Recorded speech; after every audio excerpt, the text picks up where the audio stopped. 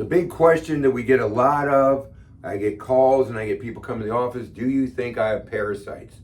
So let's look at number one, the risk factors. Number two, the indicators, the symptoms that show you might have parasites. Now this list right here doesn't mean you have parasites if you have one of those. It could be other causes too. It's just these are some of the symptoms for parasites. And then at the end, let's talk a little bit about treatment. Number one, risks. Pets can be a pretty big risk actually. I read study the other day, if you have dogs, there's a 100% chance you have parasites. Now, I think that's a little aggressive, but that's what that study said. I wouldn't think it'd be 100%, but that's what it said. You can get them transmitted between family members, parasites, foreign travel. One of the things we do, any patient that goes on foreign travel, I try to remember to tell them to take this, Zypan. Acidifies the stomach, you eat something with parasites, it's gonna kill it. The stomach needs to be acidic. If it's acidic, it will kill the parasites. That's the plan. I've never had a patient go overseas, outside the United States, take Zypan and get sick up to this point. So Zypan, if you're traveling. Untreated water, that can be a source of parasites. We like spring water from Mountain Valley. We also like reverse osmosis. The reverse osmosis machines take everything out, so we want to supplement that with spring water. The reverse osmosis we use for just making tea and stuff. Raw meat and sushi, hopefully you're not eating raw meat, but you shouldn't cook your meat too well. You cook the enzymes out of it, you cook the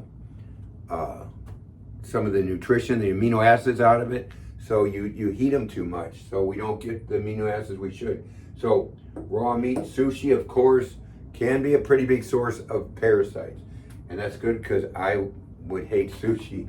So poor digestion, that comes up into here. So when your stomach should be acidic, 1 to 2, 0 would be like total acidity, 7's neutral, 14's totally alkaline.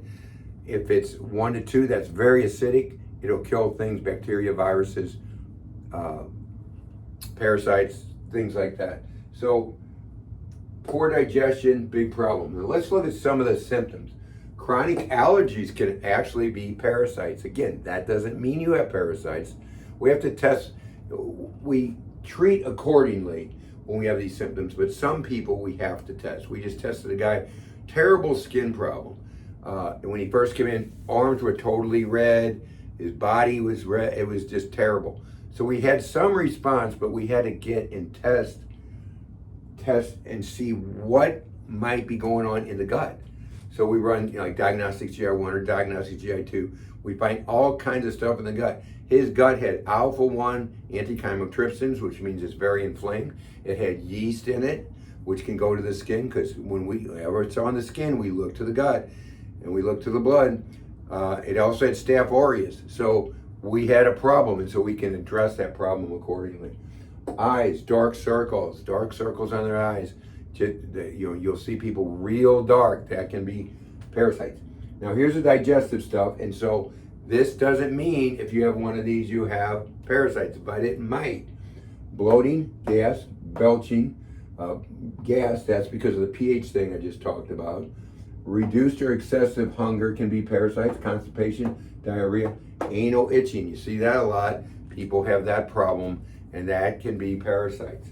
Weight gain, weight loss is difficult. That can be parasites. Large abdomen, they're just kind of bloated. Of course, there can be a lot of other reasons for large abdomens. Fatigue, and you wake up groggy. So if you wake up groggy, that can also be thyroid. Thyroid, if you sleep good, wake up groggy, can't get going, and like 11 and 12 you start getting energy, that's probably thyroid. Energy dives in the afternoon, that's probably adrenal. Could be pancreas too, need pancreas support. So number 7 here, depression, ADHD, hyperactivity. So we're getting into some things that kids can have. Hyperactivity can also be they need calcium, not calcium bought at the store, calcium lactate. That can be a big thing with that. And depression, ADHD. ADHD doesn't necessarily mean parasites, but it can. We treat quite a bit of ADHD, and a lot of times that's just balance and minerals, and the kids fine. So kids. These can be anybody, but you know, a lot of them are in kids. Bites nails, picks nose, grinds teeth. So also twists hair. So that can also be though a hypothalamus problem.